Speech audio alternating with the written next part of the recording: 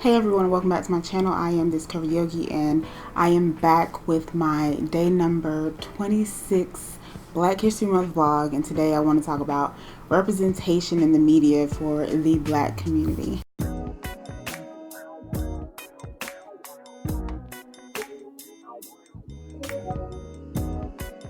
So first, let me just start off by saying, excuse my hair. Yes, I usually have a big fro. Today it is small because shrinkage is real, and today was one of those days I got up and I had to spray water on it, fluff it out a little bit, and then of course it shrunk up again. And so it may look like I cut my hair. I did not. So I kind of want to touch on three points today. One is that representation affects perception. Number two is that all representation is not good representation. And number three is good representation is essential. And so I wanted to talk about this whole subject of representation because most of the time, us as Black people, we are not represented well in the media. And not that we don't get roles or we don't have things for us to see, we just are not represented in the best light. And so many times we are represented in the media in a negative light, and most of our Black men are looked at as thugs or threats. And so the way that translates into our society today is that a lot of people will look at them as a threat. And so that translates into, women, especially white women, will start clutching their purses. They will start becoming fearful when they encounter a Black man, and they'll turn their noses up at them.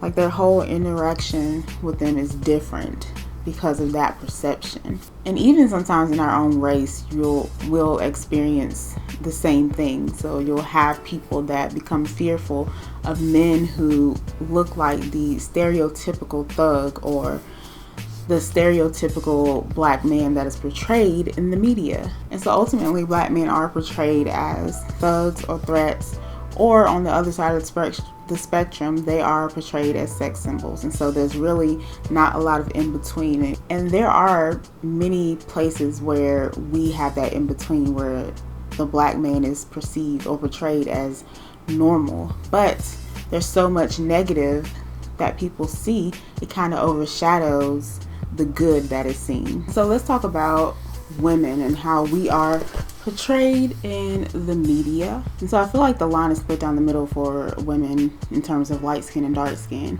And what you can do before I go into this small discussion is watch my video that I did on colorism, which I think is before this one. And I will link that down in the description bar. Then it just explains colorism in a very brief way, and it gives you an intro into what it means. And so most of the time, Black women are looked at in the media as sort of ratchet, loud, angry all the time. And I think it's more prevalent among dark-skinned women than it is with light-skinned women. I think light-skinned women have more of a chance to get a better role, or to be perceived a better way in the media, or portrayed. I mean, just think about how many dark-skinned women that are leads in major films or major shows. A lot of times I think they're upstaged by light-skinned women. But the overall theme that comes off from the perception or the way that we are portrayed, but the overall theme and the way that we are portrayed in the media is that we are loud and angry, and that spills over to our perception from society, in that most of the time when we show emotion or we show difference of opinion, then it's looked at as we are that angry Black woman that people see in the media. And we are not really allowed to express our emotions or to disagree with the majority. And so on to why all representation is not good representation. So I think of this mostly in the reality TV world that we live in. And I think that we dominate the reality TV market. And it's a good thing and a bad thing at the same time. So we ultimately go from having shows like The Cosby Show and A Different World, Living Single, and Martin, and shows that were funny but also taught you about life, to reality TV. And reality TV basically shows all of our women and our men fighting each other, fussing with each other, arguing, and just being fake friends towards each other. And it's just not reflective of our community. It doesn't show the good things in our community. It kind of just feeds into that perception that's been marketed over the years. So if you have, children and people watching these TV shows, they're thinking that this is the way that we act regularly, or even for our own kids, it gives them permission to act the way that people do on reality shows. And it gives other people outside of our race permission to compare us to these shows. And so it's a good thing that we are getting the opportunity to do something different, but it's a bad thing that we are looked at in that light. And so that's only one example of how all representation isn't good representation. And so there are a lot of other examples. And if you have anything that you guys want to discuss, let me know down below in the comments. And third, this point is straight to the point.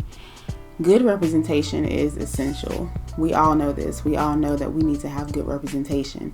And so this is why everyone's in an uproar over the Black Panther movie, because this is good representation. This gives our kids something to look up to. This gives them a superhero to look up to that looks like them. And I love that the film the cast of the film is a good representation of all shades of Black people. So every child has a chance to see someone that looks like them. And more importantly, I think I'm glad that there are dark-skinned women as the leads in this movie. So that gives another good representation for our people as a whole. And then we have to think about good representation in ourselves. And so if you are a creator, a content creator, a YouTuber, whatever you want to call it, we have to think about how we want to portray ourselves. And so for me, and I said this before in my previous videos, but the reason I started this channel is to go along with my Instagram handle, which is of course Discover Yogi, but it is for representation, because of course if I practice yoga, and usually I am the only Black person in the room that is practicing.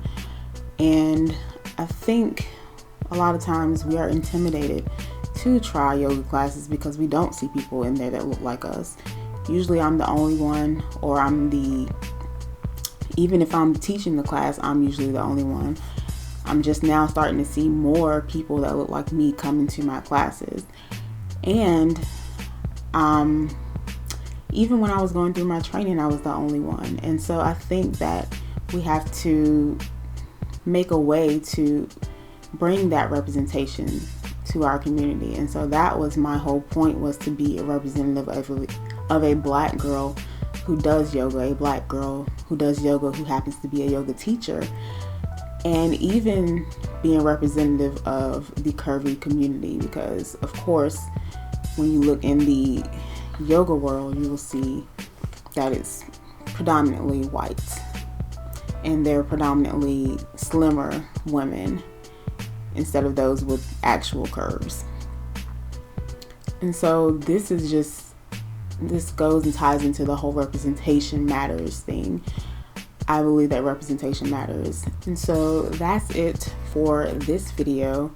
I just wanted to touch on the subject of representation. Of course, there are more things that I could cover, but I just wanted to kind of bring it to light. And then you guys let me know what you think about this subject, how you think we are perceived. Do you think that it's getting better, how we are being portrayed in the media, or do you think it's getting worse? Let me know down in the comments and let's discuss it.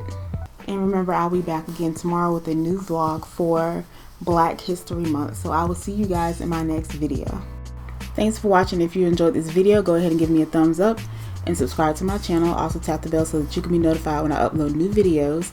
Follow me on all of my socials and visit my website thiscurvyyogi.com for even more exclusive content. So I will see you guys soon.